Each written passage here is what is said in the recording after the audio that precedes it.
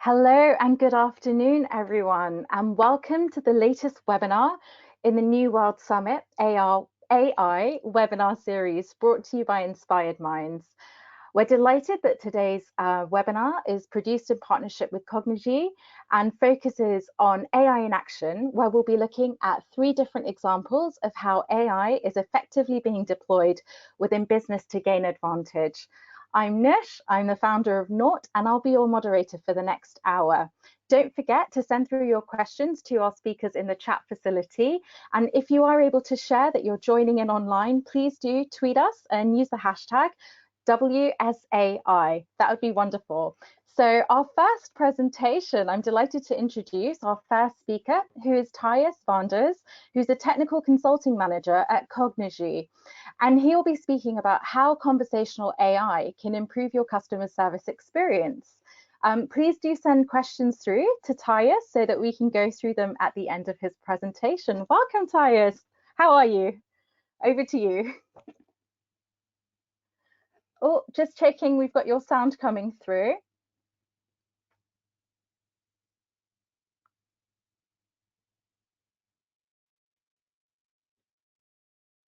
And Thijs Yeah, now it should work. Amazing. I think it should work now. Thank you, Nush. I think everything is unmuted.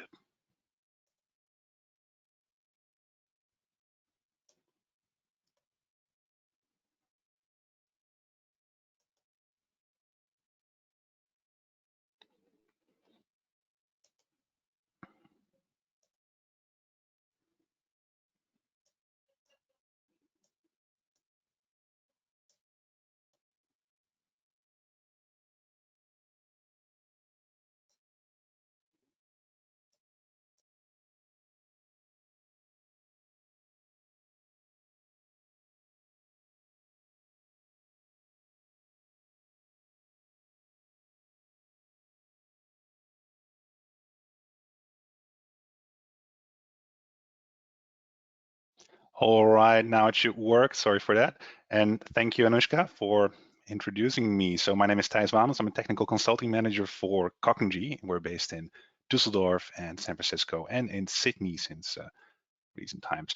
And we've been building a conversational AI platform. And I want to share a bit about the conversational AI in general. And I want to start by telling you a bit about the story, the need for conversational AI before actually sharing some insights of conversational AI in action on base of a project that we did here in Germany. So the first thing I want to start with is that we live in the age of self-service. So this is a thing that is going on. And you might say, well, we have been doing self-service for quite a while, and I would agree. But what we're seeing right now is that people are actually starting to prefer self-service over other forms of service. And this does not apply to everything, right? And don't get me wrong here.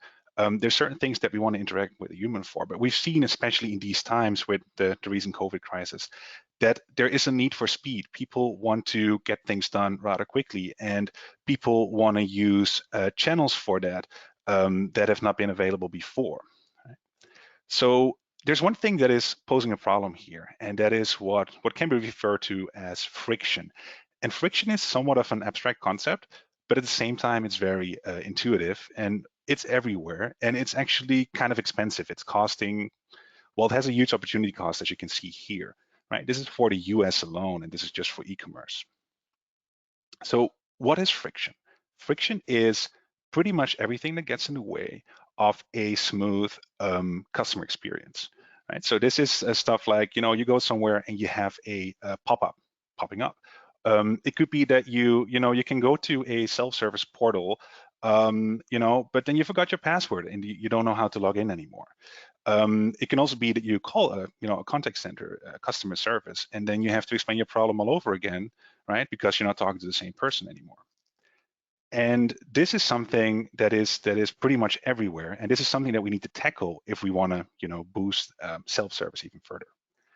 So the reasons for that, so the things that are causing friction, I think there are 3 aspects that play a major role here. And the first one is definitely the technical aspect, right? This is something that's probably recognizable, and something that we've seen in during the COVID crisis as well. Many governmental organizations, many financial institutions still run on pretty old systems, COBOL-based systems, and this ties into the organizational aspect as well, where many departments don't have the same overview, no holistic view of the customer. Despite having good software in place, it's still the integration between different types of systems.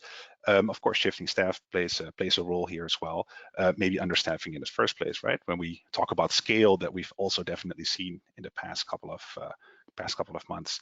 And lastly, and that's the thing I want to dive a bit deeper into, there is the changing customer behavior in general, right? There's a shift towards different channels, and these channels, the shift towards these channels, they basically require that there's a different reaction speed as well. There's not something that you can wait hours for in terms of replying. So we want to take away, friction, because we learned that, successful customer interaction is about taking away friction. But we also need to have a look at, what is changing in terms of channels. And if there's one thing that we can conclude, is that things are getting conversational. Conversational is basically the change from, for example, messaging forms like email, where you send a message, explain your whole story, to a form that is more iterative, right? That is faster, that you can use to explain concepts.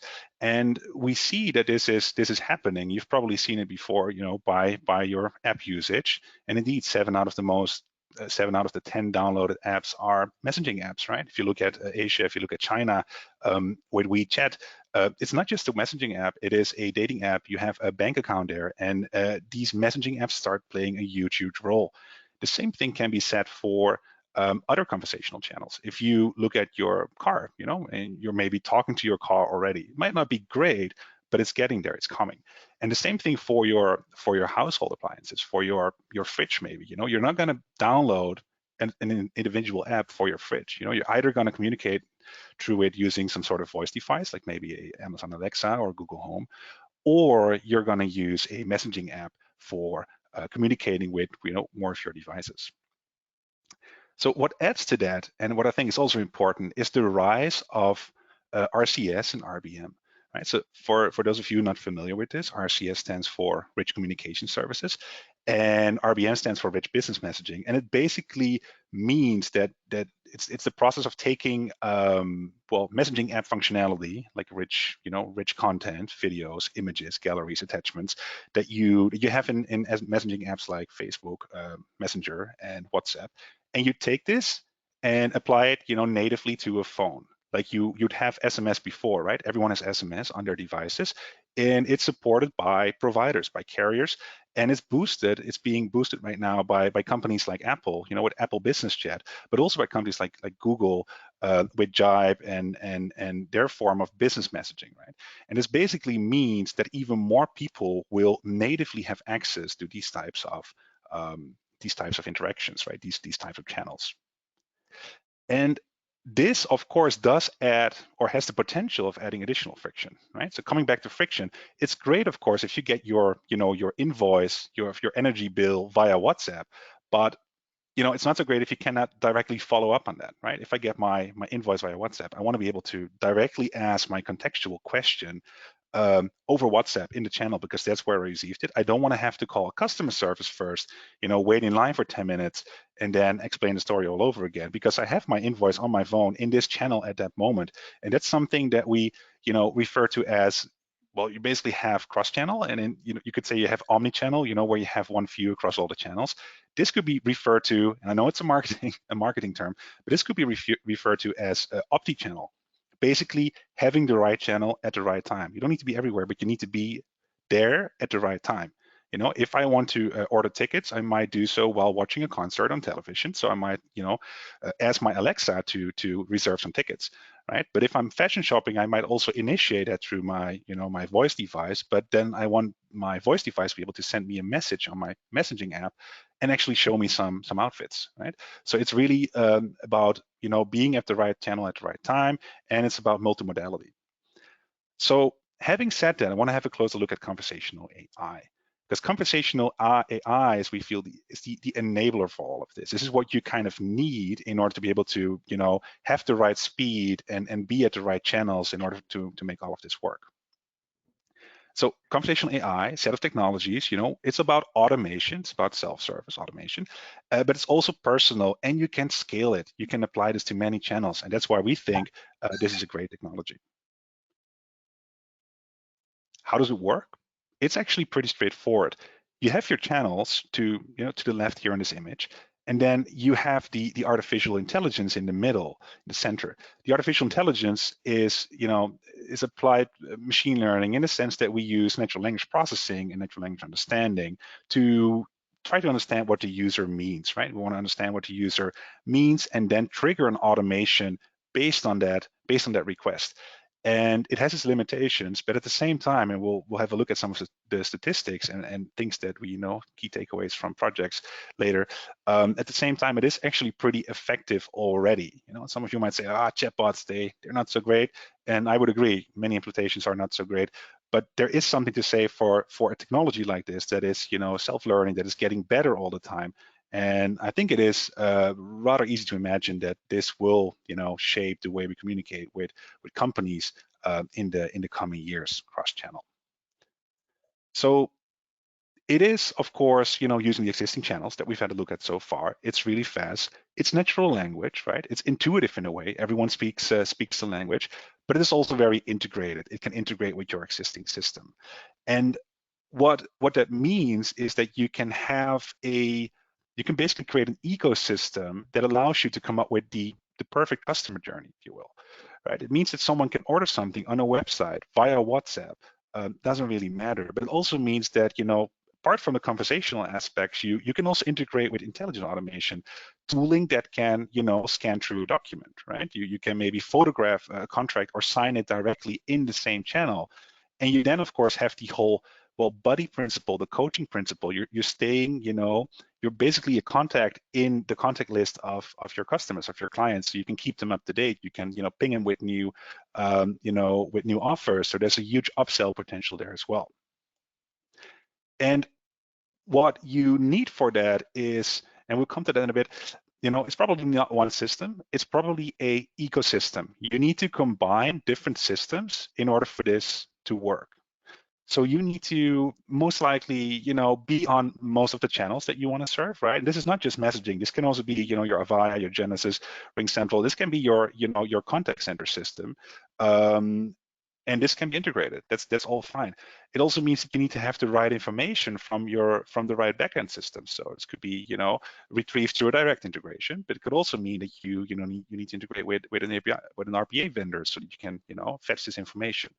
And lastly, and very importantly, we don't want to automate anything. It's not about automating anything. It's about everything. It's about, having people, human service agents, focus on the things that matter, where empathy is required, where, some research is required.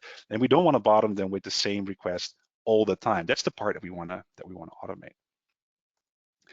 So a use case, if we look at, we're working with quite a number of insurance companies, both in the States and in Germany here. And one of the things that is really, that's, always a challenge is filing or submitting claims, right? It can be that you got like a traffic fine, something that you want to have checked. And the reason for that is both customer facing and internal, is that there's a lot of back and forth communication per email with attachments that need to be uploaded, need to be scanned. And this puts a high pressure on the customer service. So what we say is like, okay, and for this project here, we basically said, okay, let's create a virtual agent, that guides the user through this claim submission process. And the cool thing about it is that it's not just, answering questions, but it is also actually doing something. It's integrated, it's transactional. So it's asking the user at a certain point, if the user wants to submit a claim, like, hey, do you have something that you can show me? Can you upload this fine that you got? Or, do you want to upload some documents? And what we then do is we integrate with intelligent automation systems and use their OCR functionality, so that the virtual agent can essentially understand what is going on. It can extract the information and then run that through some database. And that is something that is really powerful. This combination again that we have there.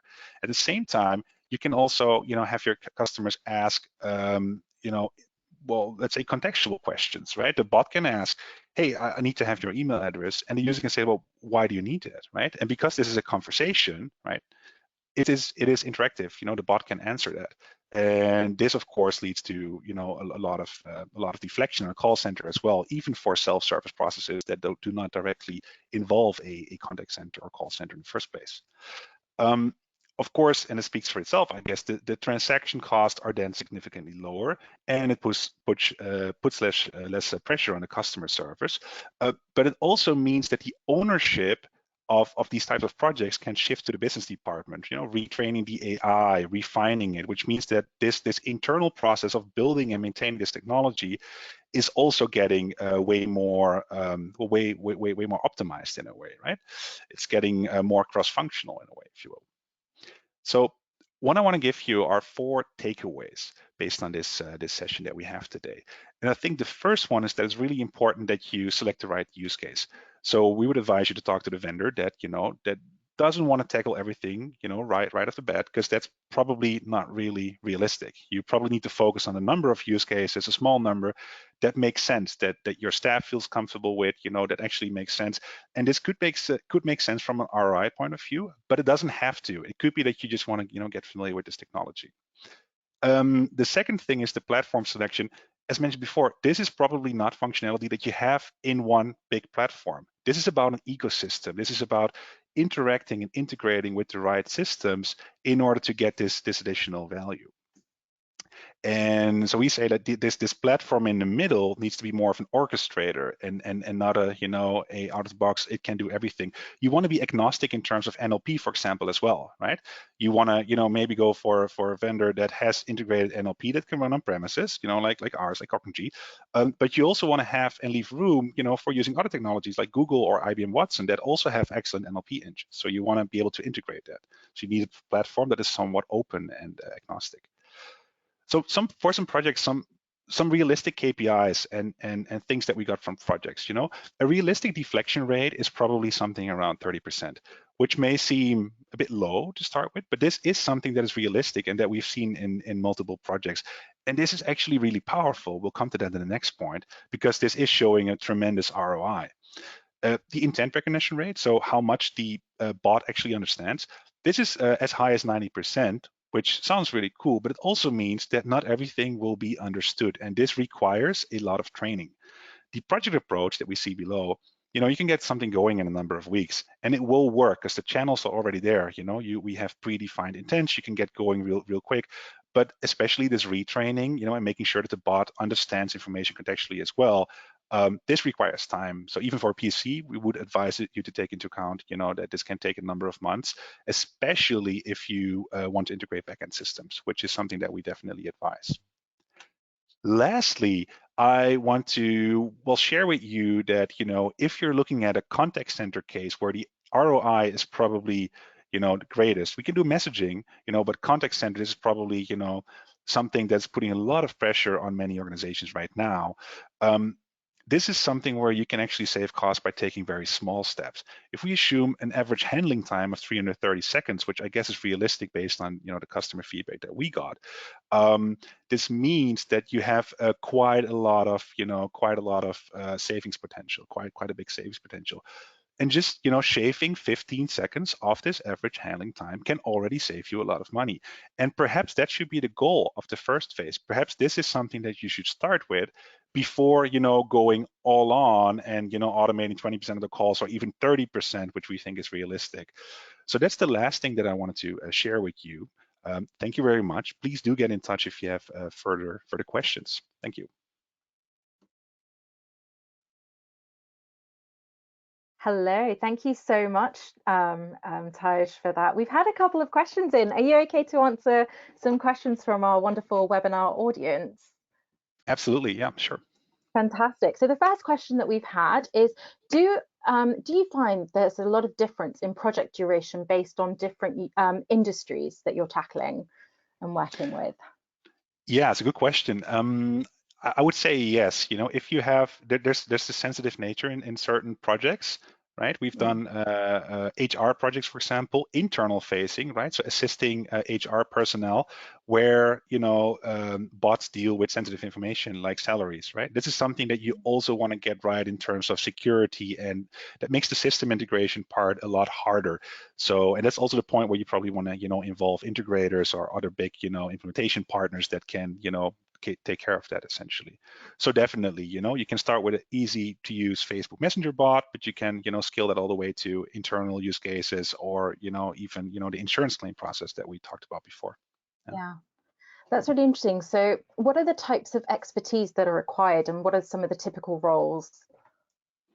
Yeah, well, it's hard to say. It kind of depends on what the customer wants. Some customers say like, hey, we have everyone on board, we have our, marketing specialists, we have developers. It's a low code platform, and that's what most, companies are selling nowadays. And that's partly true, but as we all know, low code doesn't mean that, everyone can work with it. So you probably want to have at least some technical capacity on the customer side as well. And you need the people, and that's actually a new role, that are willing to train this type of thing, right? You need to literally go in and train this AI. This is quite a new thing, but it means that people need to be somewhat tech savvy, right? They need to have a feeling for it. They need to like it because it's quite some work, right? And it is something that that you also need subject matter experts for in a way. They need to know what it's about. Yeah. So very diverse is the answer, I would say. Yeah. Yeah, it's a really interesting one. And we've had a really interesting question, which I think around the whole sort of scaling side of technology and companies adopting technology such as yours is, do you see a lot of these technologies as being cloud native, or do you see them as a lot of on-premises deployments? Obviously, as sort of security and technology issues scale within companies, we'd love to know what your thoughts are on that. Great question, by the way. Yeah. I mean, it can be offered, the both of it can, right? So you can say like, okay, we want to run everything on premises, including the machine learning models, which is fine. I mean, that can work.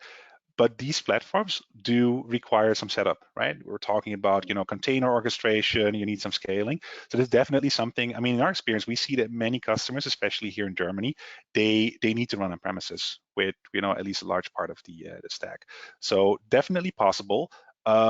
There is no real preferred way. Some companies say we have a cloud first strategy, that they want to run in the cloud. Pretty much every option is available because it's all container based. You can just deploy this and go for it. And if you're comfortable with, container orchestration, not every, ops department is, but if you are, then this is definitely something that you can, deploy on-prem. Fantastic. Okay, well, thank you, Tyus, so much. Greetings to you in Dusseldorf, Germany. It's great to have you joining us today.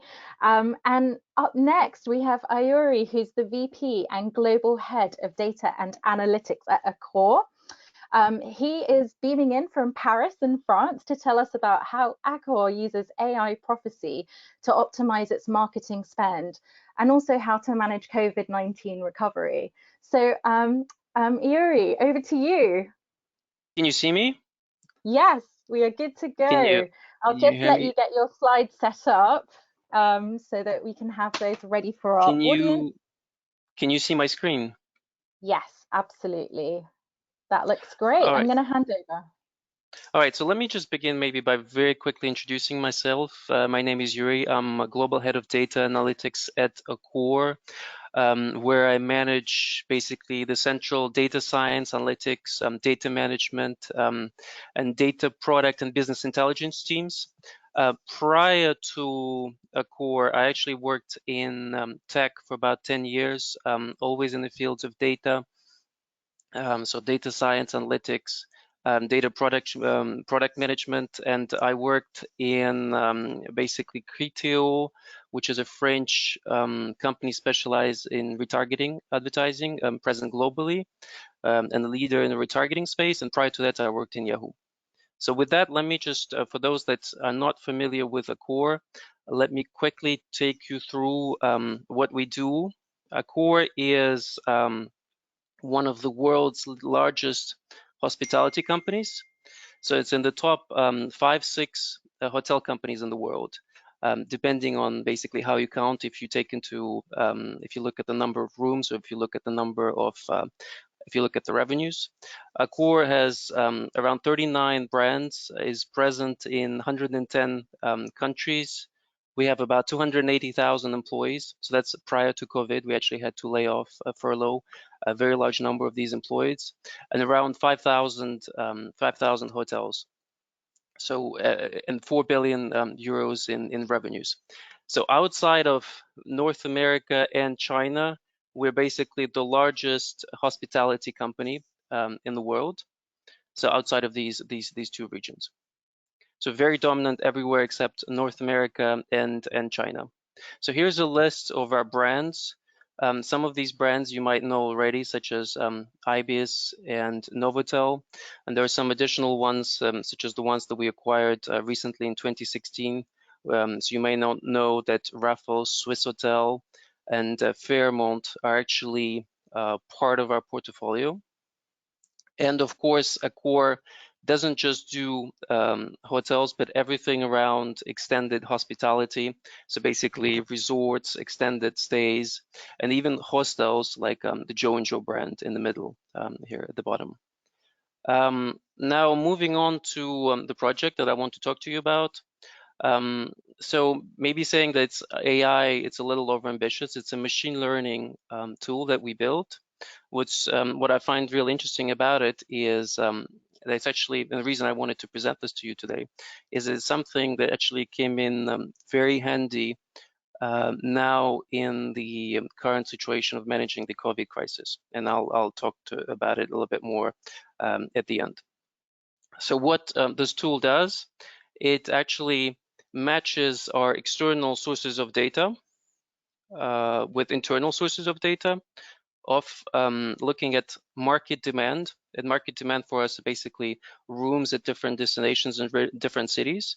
And then we use this tool to optimize our marketing spend, both from the long-term and short-term perspective, as well as basically understanding, using it to understand which destinations we need to push on our website. The three main internal teams, the three main internal clients for this particular project are the marketplace performance team, the acquisition team, and the international flow team. So the marketplace performance is basically they have a very short-term looking at how we can optimize the ROI of our marketing actions. The acquisition team have a little bit of a longer term outlook, and their objective is to try to gain the most customers at the lowest cost. So basically they're looking at which destinations we might want to push, but also how to acquire customers longer term. And then international flow managers are basically this is the team which optimizes our website, Accor's website, pushing certain destinations on the site. And this tool that we built, what it allows us to do, it allows us to catch if there's a missing opportunity of investment as far as marketing is concerned, drive more flows through our direct channels, through our website, not through Expedia and Booking, which we prefer because we make more money that way. Understand which origin destination couples we need to push, so country per city, and then basically improve our budget allocation, our marketing budget allocation, and align it with marketing needs. So how does this work? Here's a slide which basically shows you, gives you a better idea of how it works. So we have our internal data on the interest people exhibit regarding different cities such as Paris or London, as well as where they're coming from. So basically we can see on our sites if somebody is based in Italy and they're searching for destinations in Paris and London. At the same time, Google has been sending us basically the similar data which regroups all hotel-related demand, also broken down by which city people are interested in, as well as giving us idea where the people are coming from. So basically, they're giving us their IP address. So the slide here mentions 100 destinations, but we actually have data for all of the hotels where for all of the cities, sorry, where our hotels are located. The data that we get from Google is on a weekly frequency, and we try to forecast 6 months out. And this basically allows the business to look at two basically the demand that the two aspects of the demand, the external demand, and this is approximated by Google, as well as the internal demand, and tries to basically determines where we can have the most ROE. So if we see that the demand from Paris, for Paris, coming from Italy, takes off externally on Google, but we're not seeing that on our data, well, here we have a clear opportunity to push these destinations through our marketing campaigns, as well as to do this directly on our website. So here we have a quick recap of the architecture, just so that you have a better way to visualize this. So we get the data either from our website or from Google. It goes into our data lake, which is where it's basically stored, and then it's being processed by our machine learning program Profit, and distributed to these three teams, the market performance team, the international flow team, and the acquisition team. And they basically, based on this, figure out which countries, cities, pairs, we call them couples, to push. So the next couple of slides, basically we're looking at, we have different snapshots of the data, so you can visualize the data a little bit more. So the raw data that we get has some issues. I think in this particular example, actually we're looking at United States, Bangkok, external data, so Google Trends data. So this is what the data looks like. We have some pre-processment steps that we do, data processing steps to treat data such as remove outliers and do some smoothing. And this is done for both time series. And then what we do later on is we aggregate these two time series together and they scale them. And basically, if you look at the right, it's when you're looking at the difference between the two. So if the Google Trends data is basically higher than our internal data, Google Analytics data, if the trend is higher, this is where we know we have an opportunity to invest our marketing spend or push these particular destinations on our website. And it's this ability to compare an internal view of the market demand versus an external, more holistic view of market demand, which gives us the opportunity to increase the ROE on the marketing spend. So some technical details on what we built.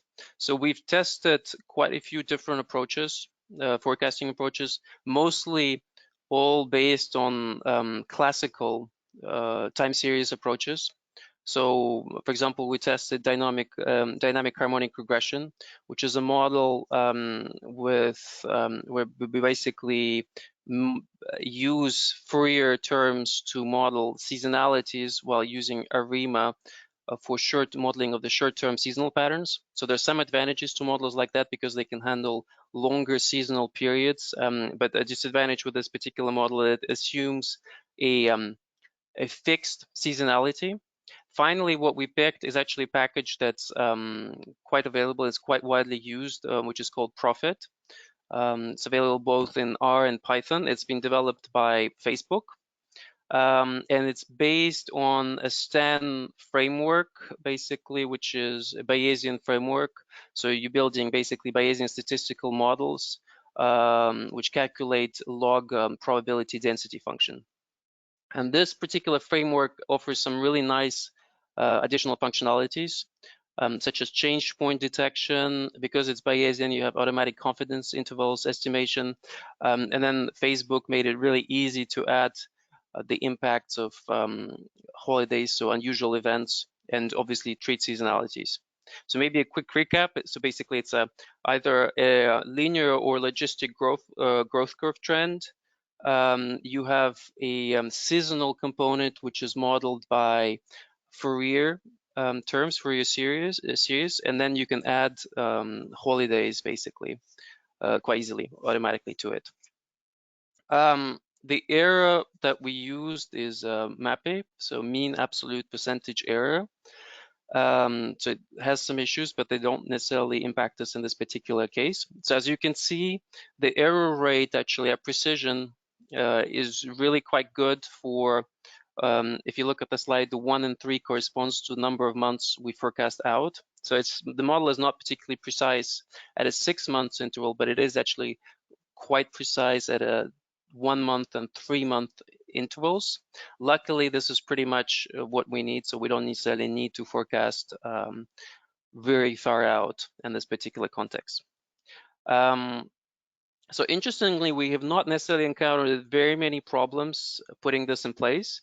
So the model works reasonably well. The biggest problems we did have are, as it often the case, to do with data quality. So for example, we recently redid our website, and we then had to redo the mapping of our data because our internal data basically was not working anymore with this new mapping of the site. Some of the next steps we're considering doing to improve this model is putting the outputs directly into our bidding tools.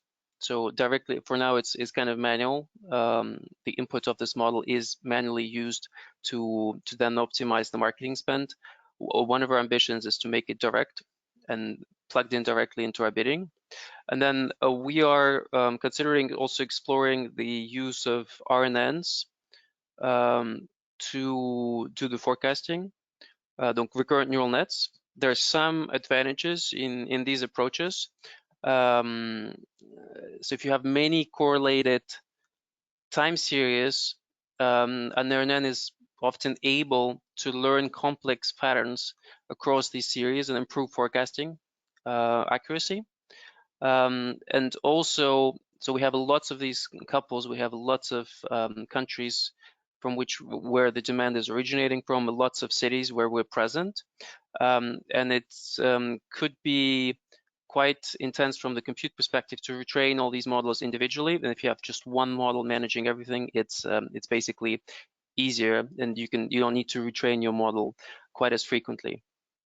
But there are also some drawbacks in using RNNs, typically to do with the fact that you have less interpretability and a lower ability to kind of control what the model does. For example, ability to take in the most recent data, which actually, this particular ability, we found this to be quite useful right now with the context that we're finding itself in with COVID. And so speaking of COVID, Accor went through a pretty drastic shutdown recently, where actually a huge proportion of our hotels, more than a half, have been shut down because there's no demand. We had to, as I mentioned, furlough or lay off, I think, about 220,000 people out of 280,000 people. So we've been pretty seriously impacted by COVID. And most of our AI projects have been frozen. But interestingly, not this one. And it's actually very useful right now. What we're doing with it is we're reusing this framework to manage the rebound process. So we're basically able to observe in real time, looking at Google's data, the increase in searches, the increase in interest that people have for everything hotels related. And then we have added a combination of simple rules or change point detection algorithms to detect the moment, and this is for each couple. So for example, going back to the previous example, somebody in Italy interested in traveling to France, which is not quite possible at the moment, but so we're mostly looking at the domestic demand. But to detect that moment where people are basically comfortable in traveling again or comfortable in going to a hotel again, which means that we're able to reopen or consider reopening this particular hotels that maybe that are found in that particular city. We are also looking at incorporating some additional data, so using different data, but using the same algorithms, such as data that we get from airline companies. And this is it.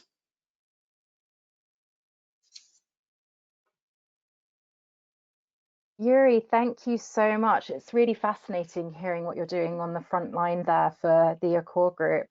We've had a really interesting question, and I think one that will really be practical advice for a lot of our audience listening and watching. And the question is, how do you get this information from Google? Is it something widely accessible, or do you have a kind of agreement with Google to receive this data? So we have a kind of agreement with Google to receive this data. This data is not publicly available. Interestingly, so we spend lots of money with Google. That's why they basically gave us this data. Interestingly, we were one of the first in the industry to use that data, and it wasn't very widely used, but we were told by Google, we were in continuous discussions with them a month or two ago, that there's just an enormous demand for this particular data. So I guess all of the other travel actors are now asking them for this data, and they're sharing them with them also. But to my knowledge, it's still not publicly available. I think it's going to be really fascinating looking at the insights, particularly within domestic countries that are looking at how they reinvigorate their community and sort of like the next sort of consumer journey through hotel movement. There's a really cool question that's also come through, and it's, can you share your thoughts on how life post-COVID would look like? Within the hotel sector, or Yeah, and with the technology that you're implementing, do you see this as a tool that will help Accor really kind of navigate the post-COVID or the next phase, whatever that might be, as lockdowns kind of come so this away? tool is certainly quite helpful for us to optimize when hotels will reopen. It's not, this particular tool is not going to be a game changer for Accor. We do see the industry being quite challenged for quite a while, maybe kind of in the worst case scenario all the way through the end of 2021. So it might take that long, so a year and a half, before we actually return to pre-COVID type environment. One of the biggest things that Accor has done is to partner with a third-party company, Veritas, which will guarantee that the hotels, as they're being reopened, are actually up to the par in terms of the health standards, so that there's a kind of a guarantee that you're not going to catch COVID as you're basically as you're joining one of our hotels. In terms of data, we think that since the market is going to be quite challenged, everything data AI related is going to be really quite important. It's going to be even more important in the next 18 months, really trying to understand our customer, what we can offer them, what are their interests, what might make them or not decide to go and stay in a hotel, is really even much more important than it was in the past. That's so timely. I think the landscape is changing, and you're implementing and sort of really demonstrating how you're moving on the ground, and as trends are changing, you're moving with them. So Yuri, thank you so much for those amazing insights. Really enjoyed that. Thank you so much. Thank you for having me. Thank you. Great, thank you. Our final talk today comes from Dr. Thomas Chamorro Premuzic, who's the Chief Talent Scientist at the Manpower Group, who will be talking about AI data and the role of technology to bring people back safely to work. Hello, Dr. Thomas, how are you? Hi, Anushka, how are you? I'm really well. I'm going to let you get your screen set up and just remind everyone to please do submit their questions into the chat. I'm looking forward to bringing some questions to you after your presentation. Great, thank you so much. So I think it is clear that the current crisis has reinvigorated the debate around what technology and data can do when it comes to predicting health and work-related behaviors, and also what it should do.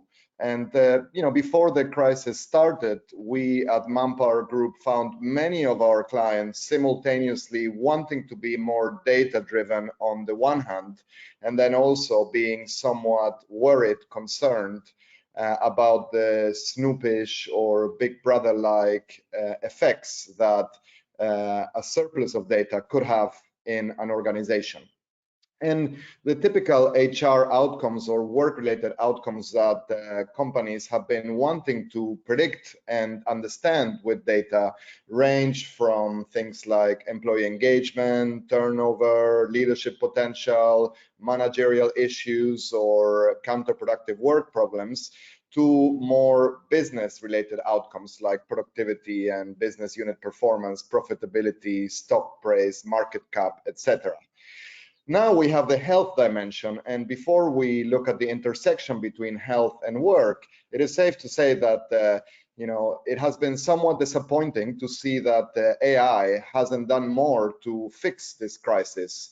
If you think that the smartest people, companies, and scholars in the world are simultaneously looking at all the data we've gathered to understand how to tackle the virus and how to find a cure or a vaccine, and the results have been meager, to say the least. I think it's been quite sobering to see that AI is still at the early or infancy stages. What I would say is the dial-up mode. So we haven't reached Wi-Fi mode or phase in AI.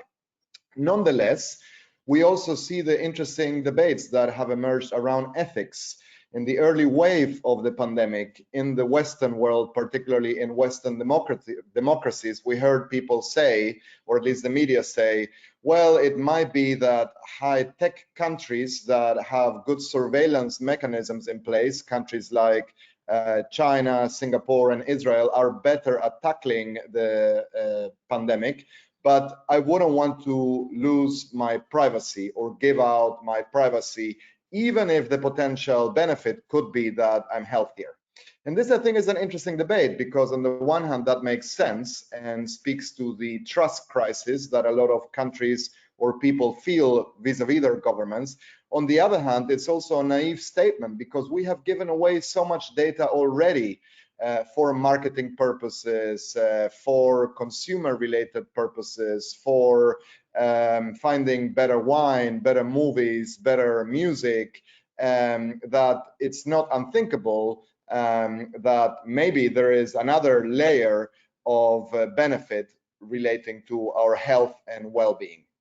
So I want to talk a little bit about the types of data and the types of insights that we can draw from those data, and some of the ethical consequences or implications that business leaders should be considering, and that we are asking our clients and partners to take into account.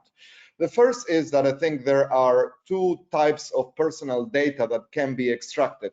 Some relating to more steady or stable trait-like variables, which pertain who you are and what makes you different from other people in general, and some relating to the state you're in at a given point in time. So state type of data or sporadic ephemeral data are easy to understand in the context of health and work.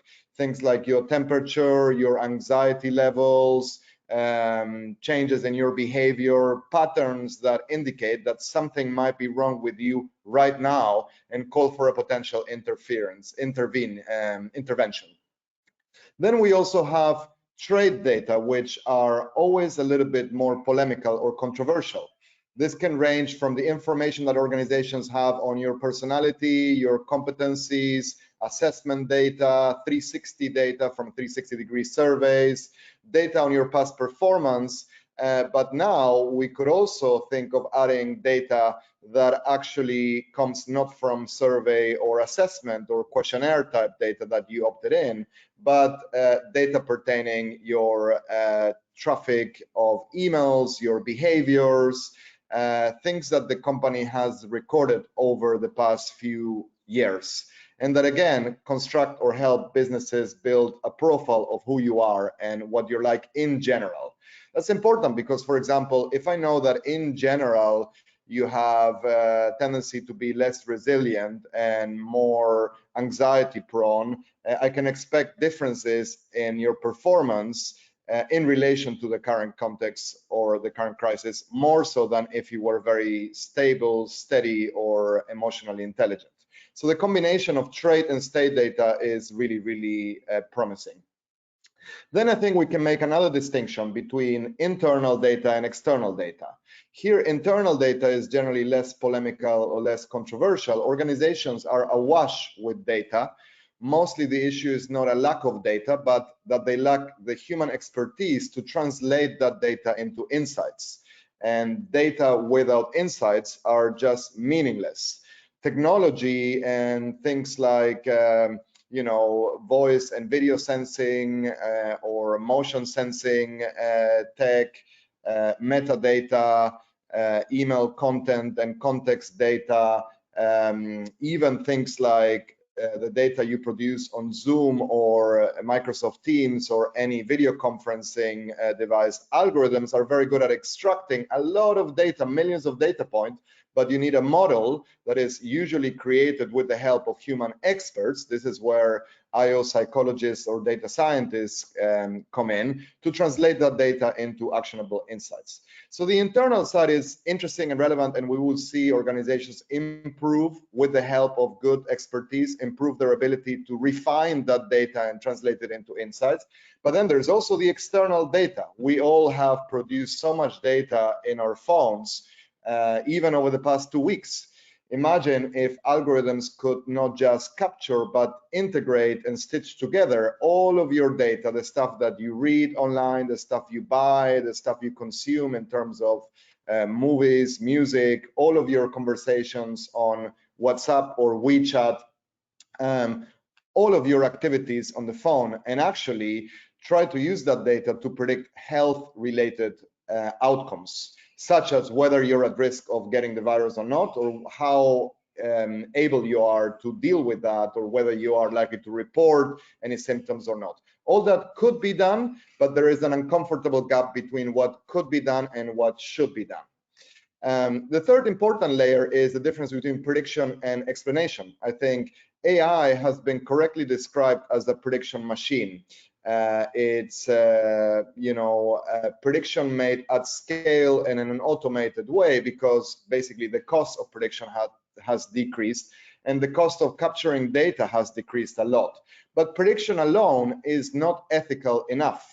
Knowing that you are at higher or lower risk of something is interesting, but before we act on that information, we need to really understand the issue. And how do you get from prediction to understanding? You need theory. Again, you need science. Science is data plus theory. And ultimately, any of these innovations and emerging tools or techniques will only be able to be deployed legally and ethically if we can actually garner or gather explanatory insights about people. So knowing why certain patterns in your profile or in your current state increase your probability of doing something or not. So what I'm trying to say is that it's not sufficient for AI algorithms or technology to describe or predict something. It also needs to boost our understanding of what goes on.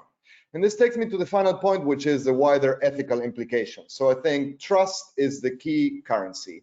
If employees and managers feel that they trust their organization, that they have trust in their culture, that they can trust their senior leaders, then all of these things will be able to be deployed. But if there is no trust, not just at the organization or corporate level, but also at the national or country level, all of these technological advances will remain pretty much meaningless and not make a helpful contribution to helping us tackling the virus, the pandemic, and getting people safe back to work.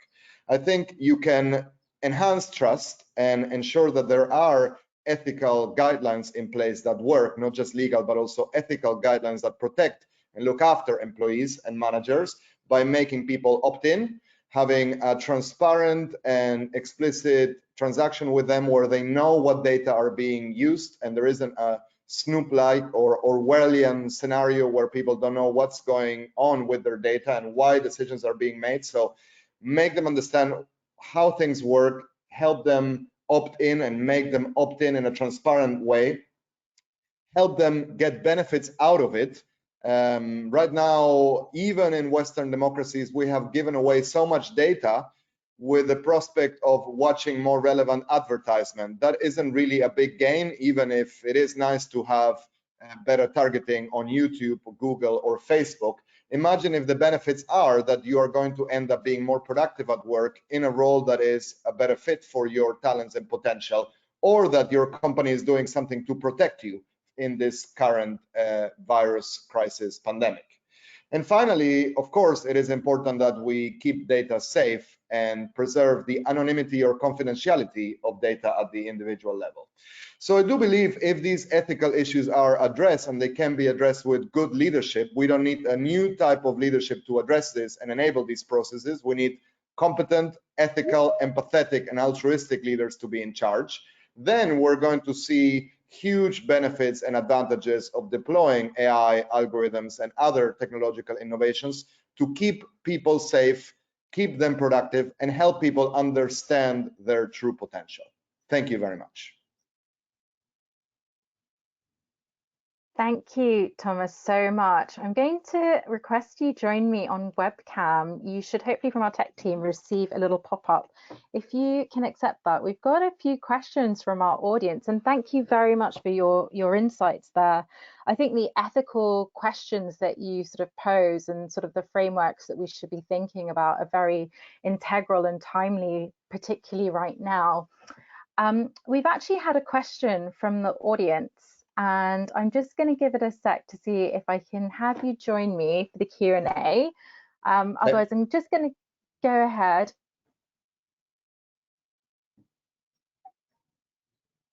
I'm just going to go ahead and ask you the question in the meantime.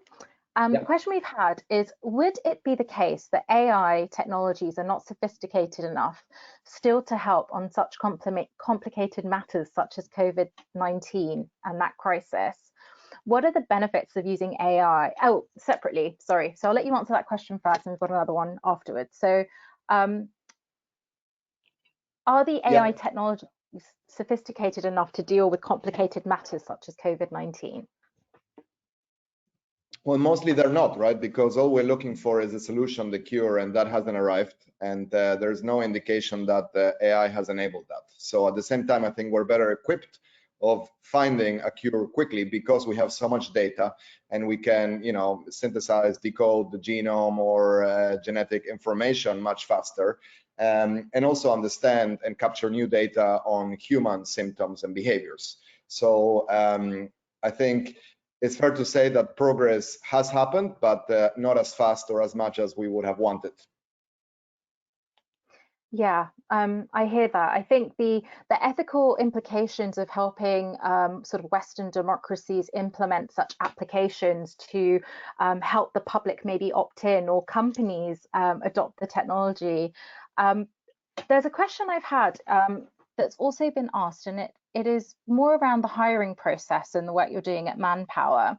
And it's, what are the benefits of using AI in the hiring process?